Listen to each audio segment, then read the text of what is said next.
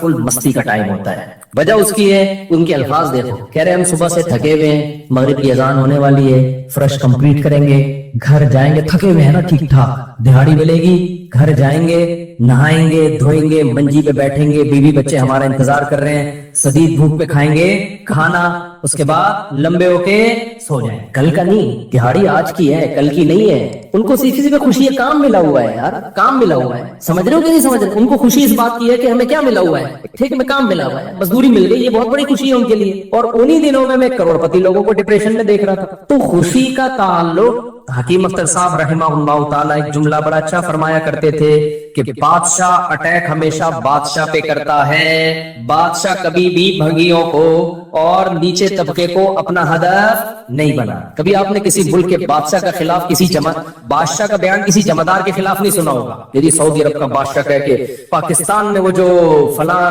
جگہ جو چپڑاسی ہے مجھے بالکل پسند نہیں ہے, وہ کبھی سنا آپ نے؟ بادشاہوں کا ہدف کیا ہوتا ہے؟ وہ ہو سکتا ہے امریکہ کے صدر کے خلاف بیان دے دے, وہ بڑے کسی اور کے خلاف بیان دے دے, اٹیک بھی کریں گے. اب کبھی نہیں آپ نے سنا ہوگا بادشاہ نے بیچارے کسی رکشہ چلانے والے کو بم سے اڑوا دیا. بھائی اللہ یہ کہ وہ ایجنٹ ہو کسی کا, پھر وہ رکشے والا ہے نہیں, وہ ہے کوئی اور, وہ بڑی پھر چیز ہے, وہ روپ دھارا ہوا ہے اس نے. ورنہ اوریجنل کوئی ٹماٹر والا ہو تو کبھی آپ نے دیکھا کہ کسی ملک کی فوج اس ٹماٹر والے پہ اٹیک کر رہی ہے؟ ایسا نہیں ہوتا. حکیم اختر صاحب رحمہ اللہ تعالیٰ فرمایا کرتے تھے کہ بادشاہ ہمیشہ قبضہ کس پہ کرتے ہیں؟ بادشاہوں پہ. فرمایا کہ دل جو ہے یہ پورے جسم کا بادشاہ ہے. دل کیا ہے؟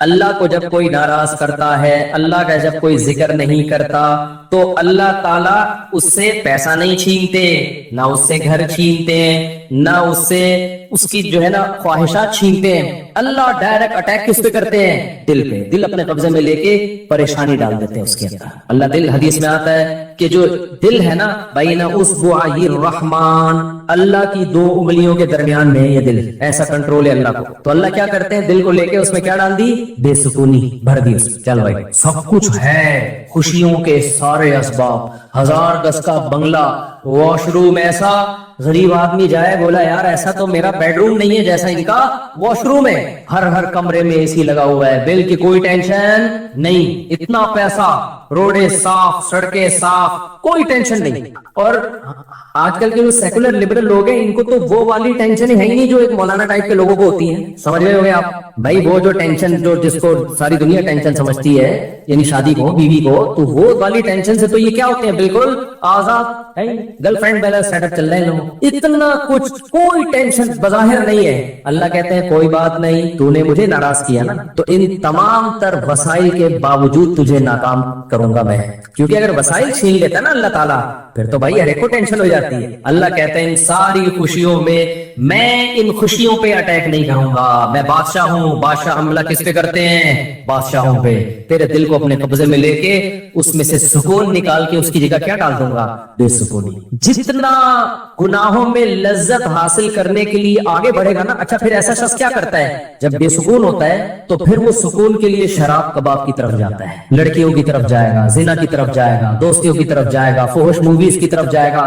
اللہ کہتے ہیں کہ اب جتنا ان چیزوں میں جائے گا نا, وقتی خوشی ملے گی, وقتی راحت, لیکن بے سکونی کے جال میں پھنستا چلا جائے گا. شاعر نے کہا نا, جتنا تڑپو گے جال کے اندر, جال گھسے گا کھال کے اندر. پرندہ جال میں جب پھنس جائے تو ایک طریقہ تو ہو سکتا ہے آزاد ہونے کا کہ ہلے نہیں, اور جب مالک آئے جال کو ہٹائے تو اس وقت آنکھ بچا کے نکل جائے, شاید 1% چانس ہو. لیکن اگر وہ ہلنا شروع کر دے تو جال لپٹتا چلا جائے گا کہ نہیں چلا جائے گا؟ دیکھو مچھلی جب کانٹے پہ منہ مارتی ہے, اس کے پاس اس وقت آپشن ہوتا ہے کہ ہل نہیں, بڑے آرام سے کسی طریقے سے واپس, شاید 1% چانس ہو, لیکن ہلے گی تو اوپر بیٹھا ہوا آدمی سمجھ جاتا ہے کہ شکار اس میں پھنس گیا ہے. ہلنے سے پتا چلتا ہے, زور لگانے سے, پھر وہ کھینچتا ہے. تو جتنا پیچھے زور لگائے گی کانٹا اتنا زیادہ اندر گھسے گا.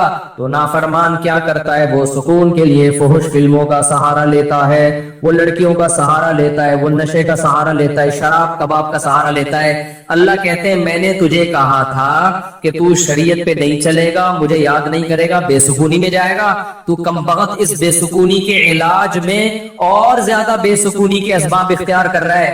اللہ دوبارہ اس کا دل ہاتھ میں لے کے جتنا پہلے بے سکونی ڈالی تھی نا وہ بے سکونی اور زیادہ ڈال دیتے ہیں اس میں. سمجھتے ہو کہ نہیں سمجھتے ہو؟ تو میں یہ عرض کر رہا تھا اللہ میاں نے کیا فرمایا, الا بذکر اللہ تطمئن القلوب, اللہ کو یاد کرو گے تو دلوں کو سکون ملے گا. اس سے پتہ چلتا ہے کہ اللہ چاہتے ہیں کہ ہمارے دلوں میں سکون آئے, تبھی اللہ نے اپنی اطاعت پہ کیا رکھ دیا؟ سکون. اب ذکر جس پہ سکون ملتا ہے نا, اس ذکر کی دو قسمیں. کتنی قسمیں بھائی؟ تو کچھ کام نہ کرنا یہ بھی ذکر ہے, ذکر کہتے ہیں یاد رکھنے کو, اور کچھ کام کرنا یہ بھی کیا ہے؟ ذکر. ذکر یاد, عربی میں ذکر کا مطلب کیا ہے؟ یاد. کہتے ہیں تذکرہ کیا ہے اس نے, یہ تذکرہ ذکر سے ہی نکلا ہے. کہتے ہیں نا فلاں آدمی آپ کا تذکرہ کر رہا تھا, آپ کا ذکر خیر کر رہا تھا, اس کا مطلب غیبت کر رہا تھا. آج کل مطلب یہی ہوتا ہے اس کا, کوئی کہنا آپ کو یاد کر رہا تھا, اس کا مطلب برائی ہی کر رہا ہوگا. اچھا ہی آج کل مارکیٹ میں اچھائی بیان کرنے والے شارٹ ہے مارکیٹ میں. تو ذکر کا مطلب کیا ہے بھائی؟ یاد رکھنا. تو اللہ کہتے ہیں جو اللہ کو یاد رکھتے ہیں ان کے دلوں میں کیا پیدا ہوتا ہے؟ سکون. اور اللہ نے کہا الا, خبردار. یہ اللہ کا لفظ تنبیہ کر رہا ہے کہ اس بارے میں دوسری رپورٹیں بھی ہیں. کچھ لوگ کہتے ہیں اس کام سے سکون ملتا ہے, کچھ کہتے ہیں اس سے سکون. اللہ کہتے ہیں الا, خبردار, کسی کی باتوں میں آنے کی کوشش مت کرنا. یہ اللہ کا لفظ جو ہے نا یہ اس لیے لگا دیا, خبردار, یہ ساری فیک نیوز ہیں, یہ سب پروپیگنڈا ہے. دل میرے ہاتھ میں ہے تو سکون بھی کس کے ہاتھ میں ہوگا؟ میں جو چاہوں اس میں ڈال دوں. سکون ایک ایسی چیز ہے اپنے اختیار سے کبھی آتی نہیں ہے. آپ خوش رہنے کی کوشش کرو تو تھوڑا سا کچھ اسباب اختیار کر لو گے, اس سے زیادہ نہیں ہوگا. جن لوگوں نے خوش رہنے پر کتابیں لکھی ہے نا, انہوں نے بہت سے خودکشی کر کے مرے ہیں. سمجھ رہے ہو؟ کتابیں لگ گئے کہ خوش ایسے رہتے ہیں. کتاب لکھ کے جب وہ چلی نہیں مارکیٹ میں تو اسی سے ڈپریشن میں چلے گئے. وہ کیا یہ چل گئی تھی مارکیٹ میں, کیا خیال ہے؟ یہ لکھی ہوئی تھی, میں نے سامنے لکھی ہے, اسی سے کیا ہو گئی ان کو؟ ڈپریشن ہو گئی. خوشی پہ ورک شاپ کرنی تھی, پبلک ہی نہیں آئی, اسی سے ٹینشن میں چلے گئے. پبلک تو ہے ہی نہیں, سارے پیسے ضائع ہو گئے. تو وغیرہ بہت سارے مسائل ہیں لوگوں کے ساتھ بھائی, سب کے ساتھ ہی ہوتے ہیں. تو اللہ میاں نے کہا کہ یہ دل کسی موٹیویشنل اسپیکر کے ہاتھ میں نہیں ہے. آج کل گورے بہت ورک شاپس کروا رہے ہیں نا, خوش رہنا خوش رہنا. تو اللہ کہتے ہیں کہ دل اور دماغ یہ دو چیزیں کس کے کنٹرول میں ہیں؟ میرے. تبھی میں نے نیند پر اتوار کو بیان کیا, وہ لازمی سن لیے گا. نیند بھی کس کے کنٹرول میں ہے؟ اللہ کے. نیند کی گولی نیند کے اسباب پیدا کر دیتی ہے. ماہرین کہتے ہیں کہ سوتا آدمی اپنی طاقت سے ہی ہے, سلا کوئی نہیں سکتا آپ کو, کیونکہ دماغ آرڈر کرے گا نا سونے کے لیے دماغ کو, تو دماغ تھوڑی آرڈر کرے گا, دماغ کے اوپر کی کوئی چیز آرڈر کرے گی دماغ کو کہ آپ سو جاؤ. دماغ باقی چیزوں کو آرڈر کر سکتا ہے کہ رک جا, بولنا بند کر دے, سننا بند کر دے, آنکھیں بند کر لے. یہ سب چیزیں دماغ کے کنٹرول میں ہے. دماغ کے کنٹرول میں نہیں ہے. ابے کیا ہو گیا, کیسے سمجھاؤں؟ دیکھو دماغ کے کنٹرول میں نہیں ہوتا کبھی بھی. مینیجر صاحب مینیجر کے کنٹرول میں نہیں ہوں گے. مینیجر کو کنٹرول کرنے کے لیے کوئی اوپر کی چیز ہوگی.